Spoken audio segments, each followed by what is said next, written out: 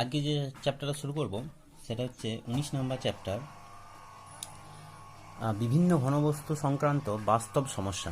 ঠিক আছে, এই চ্যাপ্টারে এটা কি নিয়ে চ্যাপ্টারটা মেনলি হচ্ছে শঙ্কু এবং যে চোঙ, এই দুটো জিনিস নিয়ে মেন কিন্তু সমস্ত কিছু অঙ্ক কিন্তু এখানে আছে। ঠিক আছে, তো এই যে শঙ্কু এবং চোঙ নিয়ে আছে, তাহলে এর আগে আমরা শঙ্কু চোঙ দুটোই পড়েছি। তাহলে এখন আমাদেরকে এই চ্যাপ্টারটা করতে গেলে যে সমস্ত জিনিসগুলো জানার দরকার, সেগুলো হচ্ছে পুরনো চ্যাপ্টারে যে সমস্ত সূত্র আমরা পড়েছি, যেমন চোঙের ক্ষেত্রে আমরা যে সূত্রগুলো পড়েছি সেগুলো জানতে হবে, এবং শঙ্কুর ক্ষেত্রে যে সূত্রগুলো আমরা পড়েছি সেগুলো আমাদেরকে জানতে হবে। চোঙের সূত্র কি? চোঙের বিশেষ করে আয়তনটা, চোঙের আয়তন আমরা পড়েছিলাম। চোঙের আয়তন কি না, চোঙের আয়তন হচ্ছে পাই আর স্কোয়ার এইচ। এই আরটা কি আর এইচটা কি না, আরটা হচ্ছে এই যে ভূমিতলের, এইগুলো তো, এটা তো ভূমিতল, তাই না? এই যে ভূমিতল, এই ভূমিতলের যে ব্যাসার্ধ, এটা হচ্ছে আর। এইচটা কি? এইচটা হচ্ছে আমার উচ্চতা, এটা আমরা পড়েছি। শঙ্কুর ক্ষেত্রে কি না, শঙ্কুর ক্ষেত্রে আয়তন হচ্ছে আমার 1/3 পাই আর স্কোয়ার এইচ। এই ক্ষেত্রে আর কোনটা? এই ক্ষেত্রে আর হচ্ছে এই যে গোলাকার যে অংশটা আছে এর ব্যাসার্ধ। আর উচ্চতা কোনটা? উচ্চতা হচ্ছে আমার এটা হচ্ছে আমার উচ্চতা এইচ। তাহলে আমি জানলাম যে আয়তন কিভাবে দুটোর বের করব। এবার আচ্ছা, আয়তন ছাড়াও যেটা হয় সেটা হচ্ছে কি আমার না, ক্ষেত্রফল। এখানে ক্ষেত্রফল মনে হয় না কোনো অঙ্ক আছে, যদি থাকে তাই আমি ক্ষেত্রফলটা বলে দিই। চোঙের ক্ষেত্রফল কি না, চোঙের ক্ষেত্রফলের সূত্র হচ্ছে 2 পাই আর এইচ। এটা শুধুমাত্র হচ্ছে এই বাইরের দিকে, মানে একটা চোঙ যদি ধরি আমি কোনো একটা, সেই চোঙের বাইরের দিকের যে তলটা, একটা ড্রাম যদি ধরা হয়, একটা ড্রামের যে সাইডটা গোল অংশটা আছে, সেই গোল অংশটার চারিদিকে ক্ষেত্রফল। আমি যদি সমগ্র তলের ক্ষেত্রফল বলি, এটা হচ্ছে বক্রতলের ক্ষেত্রফল, এটা বলা হয় বক্রতলের ক্ষেত্রফল। আমি যদি সমগ্র তলের ক্ষেত্রফল বের করি, তখন কিন্তু কি হবে, এটা তো থাকবেই আমার সঙ্গে, এই যে উপরে একটা গোলাকার অংশ আর নিচে একটা গোলাকার অংশ, এই দুটো কিন্তু যোগ হবে। তাহলে এই গোলাকার অংশটা মানে এটা তো একটা বৃত্ত, এটাও একটা বৃত্ত। তাহলে দুটো বৃত্তের কি হবে না, ক্ষেত্রফল যোগ হবে। বৃত্তের ক্ষেত্রফল কি আমরা জানি, পাই আর স্কোয়ার। যেহেতু দুটো আছে তাহলে 2 পাই আর স্কোয়ার। তাহলে এখান থেকে আমি যদি 2 পাই আর কমন নিয়ে নিই, তাহলে এখানে থাকবে এইচ প্লাস আর। এটা হচ্ছে আমার সমগ্র তলের ক্ষেত্রফল, এটা হচ্ছে আমার বক্রতলের ক্ষেত্রফল। ঠিক আছে, ক্ষেত্রফল সম্ভবত নেই, তবু আমি বলে দিলাম আর কি। ঠিক আছে, এরপরে আমরা বিশেষ করে এই চ্যাপ্টারটা যে সমস্ত অঙ্ক কেমন হতে পারে সেটা নিয়ে একটা দেখব। প্রথমে একটা যে প্রয়োগ দিয়েছে 1 নম্বর প্রয়োগ, ওটাই আমি বলি প্রথমে। ঠিক আছে, এখানে বেশি কিছু সেরকম কিছু নেই, বোঝানোর সেরকম কিছু নেই। তোমরা যদি চোঙ আর শঙ্কু যদি তোমরা পড়ে থাকো, যদি বুঝে থাকো, তাহলে এখানে বেশি কিছু বোঝানোর কিন্তু নেই। আচ্ছা, আরেকটা জিনিস ছিল চোঙেরই, বলতে ভুলে গেলাম, যে ধরো একটা চোঙ এরকমও হতে পারে যে ভেতরটা ফাঁপা, তার মানে ঠিক এই রকম, মানে কি এই অংশটা নিরেট, ঠিক আছে, এই অংশটা নিরেট, কিন্তু বাকি অংশের ভেতরের অংশটা কি না আমার ফাঁপা। তাহলে আমি এই সময়, তখন আমি আয়তন কিভাবে বের করব? ঠিক আছে, তখন আমি আয়তন কিভাবে বের করব? তখন যদি দেখি, যদি ফাঁপা হয়, তার মানে এই যে দুটো বৃত্ত পাচ্ছি এখানে, যদি দেখি আমরা এখানে দুটো বৃত্ত পাচ্ছি, তাহলে দুটো বৃত্তের দুটো ব্যাসার্ধ থাকবে। এটা যদি আমি একটাকে আর1 ধরলাম, বাইরেরটাকে ধরলাম আমি আর1, আর ভেতরেরটাকে ধরলাম আর2, এইচটা তো একই। ঠিক আছে, তখন তাহলে আমি কি হবে, আমার যে ক্ষেত্রফল ছিল পাই আর স্কোয়ার এইচ, তখন এটা হবে, মানে ব্যাপারটা কি, বাইরের যে ব্যাসার্ধ আর ভেতরের ব্যাসার্ধ, মানে এটা হবে পাই আর1 মাইনাস আর2 তার হোল স্কোয়ার ইন্টু এইচ। ঠিক আছে, আমরা এইটা হবে কিন্তু তখন আয়তন পাই R1 মানে বাইরেরটা মাইনাস ভেতরেরটা স্কোয়ার ইন্টু এইচ। ঠিক আছে, এটা হলো। এবার যেটা প্রয়োগের কথা বলছিলাম, প্রথম প্রয়োগ যেটা হচ্ছে, তোমরা যদি দেখো খাতায় বইতে বলেছে যে আমাদের বাড়ি ধানের মড়াইয়ের নিচের অংশ লম্ববৃত্তাকার চোঙাকৃতি এবং উপরের অংশ শঙ্কু আকৃতি। এই মড়াইটির ভূমিতলের ব্যাসার্ধ 2.1 মিটার, চোঙাকৃতি অংশের উচ্চতা 2 মিটার এবং শঙ্কু আকৃতি অংশের উচ্চতা 1.4 মিটার। কিন্তু এই মড়াইটিতে এর আয়তনে 2/3 অংশ ধান রাখা হয়েছে। মড়াইয়ে রাখা ধানের আয়তন কিভাবে পাবো? ঠিক আছে, মানে এটা কি বলতে চাইছে যে ঠিক এরকম একটা ধানের যে সমস্ত আমাদের বাড়িতে অনেকে থাকে গোলা টাইপের, যেগুলোকে আমরা গোলা বলি, ঠিক আছে, এইরকম হয় ঠিক দেখতে। ঠিক আছে, তাহলে এখানে কি দুটো অংশ, একটা এটা চোঙাকৃতি অংশ আর এটা শঙ্কু আকৃতি। ঠিক আছে, এবার যদি দেখি এখানে, তো এই যে গোলাকার অংশটা, এই গোলাকার অংশটার ব্যাসার্ধ যা, এখানে যে গোলাকার অংশ সেটারও ব্যাসার্ধ তাই তো। তাহলে শঙ্কুরও যে আমি একটা গোলাকার অংশ ছিল, এইখানে যে যা ব্যাসার্ধ হবে এই চোঙাকৃতি অংশের ব্যাসার্ধটা কিন্তু একই। ঠিক আছে, শুধু উচ্চতা ডিফারেন্স হবে, এই উচ্চতা একটা হবে আর এর উচ্চতা একটা হবে। ঠিক আছে, তাহলে টোটালটা আমি বের করতে পারবো। আয়তন বের করলে এর আয়তনটা এবং এর আয়তনটা টোটাল করে দেবো। তাহলে কি বলেছে আমার না, চোঙাকৃতি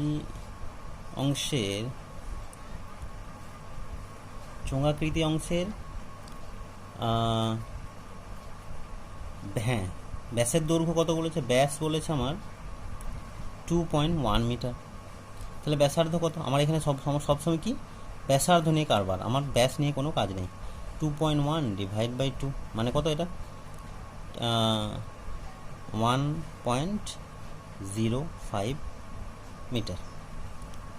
ঠিক আছে, পেলাম এটা, ব্যাসার্ধ পেয়ে গেলাম। তাহলে এই অংশটা পেয়ে গেলাম, আর পেয়ে গেলাম আমি। তাহলে এবার কি বলেছে? চোঙাকৃতি অংশের উচ্চতা 2 মিটার। তাহলে ধরলাম চোঙাকৃতি অংশের উচ্চতা হচ্ছে আমার 2 মিটার।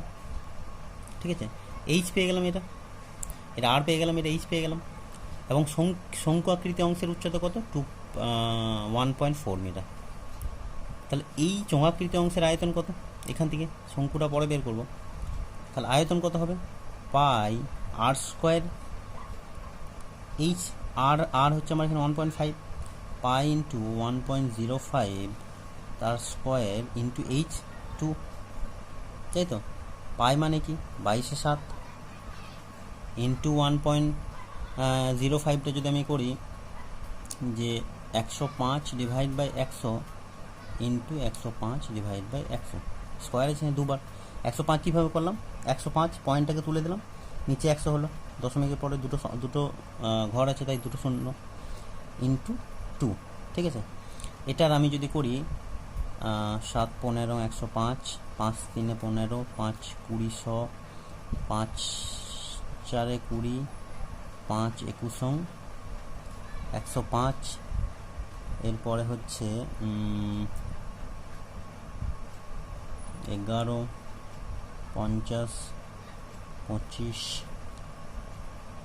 ঠিক আছে, যাই হোক, 33 ইন্টু 11 ডিভাইড বাই 4, এটা হয়ে দাঁড়াচ্ছে 6.93। কি আয়তনের সবসময় একক কি? ঘনমিটার। আয়তনে সবসময় কিন্তু ঘন অংশ লেখাটা থাকবে। আর ক্ষেত্রফলে কি লাগে? ক্ষেত্রফলে থাকে বর্গ। ঠিক আছে, বর্গমিটার, আয়তন হচ্ছে সবসময় ঘনমিটার। তাহলে চোঙাকৃতি অংশের আয়তনটা পেয়ে গেলাম। এবার শঙ্কু আকৃতির অংশের আয়তন কত পাবো? তাহলে শঙ্কু অংশের আয়তন কত না? আয়তন 1/3 ইন্টু পাই আর স্কোয়ার এইচ। তাহলে 1/3 ইন্টু পাই মানে হচ্ছে আমার 22/7। আর কত না? আর এখানে বইতে বলেছে, আচ্ছা বইতে তো এইটাই এই ব্যাসার্ধটাই তো এই ব্যাসার্ধ একই তো, তাহলে 1.05। তাহলে এখানেও আমার 1.05 তার স্কোয়ার ইন্টু এইচটা কিন্তু আমার এখানে কত বলেছে? এইচ হচ্ছে আমার বইতে বলেছে 1.4 মিটার। এই যে 1.4 মিটার এইচ, তাহলে এটা লিখলাম 1.4 মিটার। ঠিক আছে, এবার তাহলে এইটাকে যদি আমি কাটাকাটি করি তাহলে আমার দাঁড়াবে এটা 1.617 ঘন মিটার। তাহলে এই দুটোকে আমি যোগ করব, তাহলে ওতে মোট আয়তন কত? আমার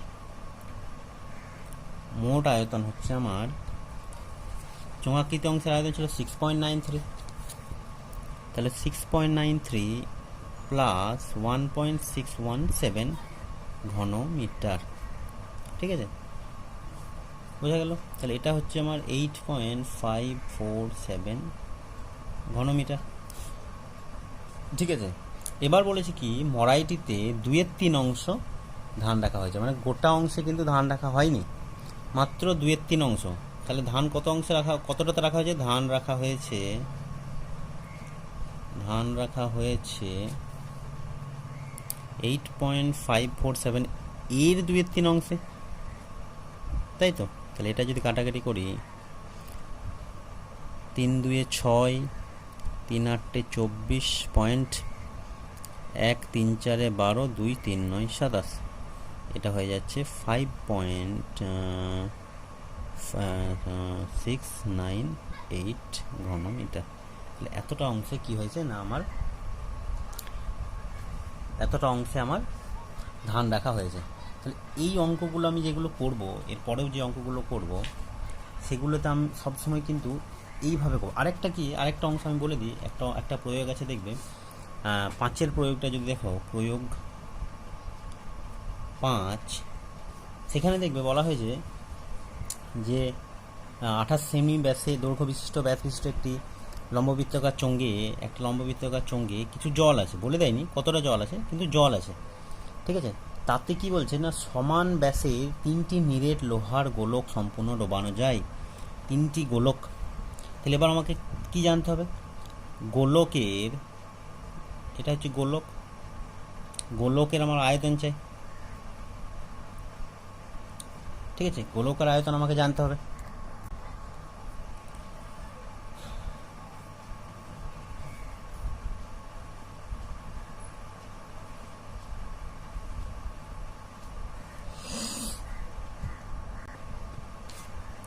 তাহলে গোলকের আয়তন কি?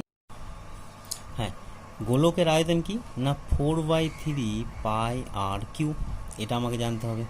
ঠিক আছে, আর হচ্ছে সেই ব্যাসার্ধ। ঠিক আছে, তাহলে এটা আমাকে জানতে হবে। বলছি কি না, 3টি নিরেট একই সমান ব্যাসার্ধ বিশিষ্ট 3টি গোলককে এখানে ডোবানো হয়েছে।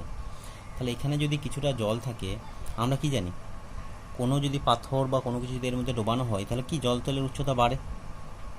জলতলের উচ্চতা কতটা বাড়ে না, যে জিনিসটা আমি এখানে ডোবাচ্ছি তার যতটা আয়তন, ঠিক সমান পরিমাণ আয়তন কিন্তু, ধরো এতটা জল ছিল প্রথমে, আমি একটা গোলক ডোবালাম, আমার এতটা উচ্চতা হলো। তাহলে এই যে অংশের আয়তন, এই শুধুমাত্র এই অংশটুকুর যে আয়তন, জলটা এতটা বাড়লো, তো এতটা ছিল, এতটা হলো। তাহলে এই যে অংশের আয়তনটা বাড়লো, এইটাই হচ্ছে আমার যে জিনিসটা, ধরো একটা গোলক ডুবিয়েছে, তার মানে এই একটা গোলকের আয়তন হচ্ছে আমার এটা। 3টি গোলক ডোবালে যদি আমার এত দূর আসে, ঠিক আছে, তাহলে এই টোটালটা হচ্ছে আমার 3টি গোলকের আয়তন। তাহলে সবসময় এগুলোর ক্ষেত্রে কীভাবে বের করব? এগুলোর ক্ষেত্রে ঠিক 4 নম্বর প্রয়োগটাতেও দেখবে করা আছে এরকমভাবেই। এগুলোর ক্ষেত্রে কীভাবে বের করব না, প্রথমে বের করে নেব যে কতটা জলের আয়তন কতটা বেড়েছে। ঠিক আছে, যেমন থাকবে, তাহলে আমাকে এই দুটো সমান করব।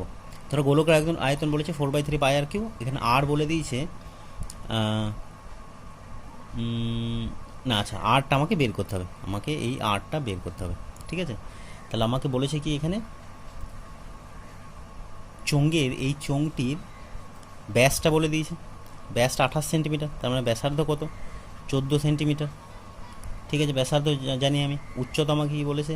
উচ্চতা বলেনি, কি বলেছে না 7 সেন্টিমিটার বৃদ্ধি পায়। এই যে বৃদ্ধিটা বলেছে 7 সেন্টিমিটার, তাহলে শুধুমাত্র এইটুকু অংশের আয়তন কত হবে?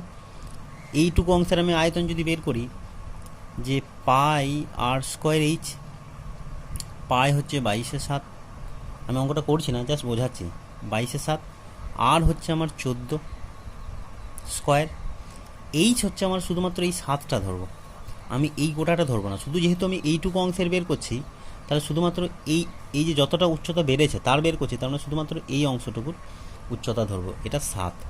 ঠিক আছে, তাহলে এটা যদি বার করি 22/7 ইন্টু 14 স্কোয়ার মান হচ্ছে 196 ইন্টু 7, তাহলে এটা হচ্ছে 7 2 14, 5 56, 7 8 56।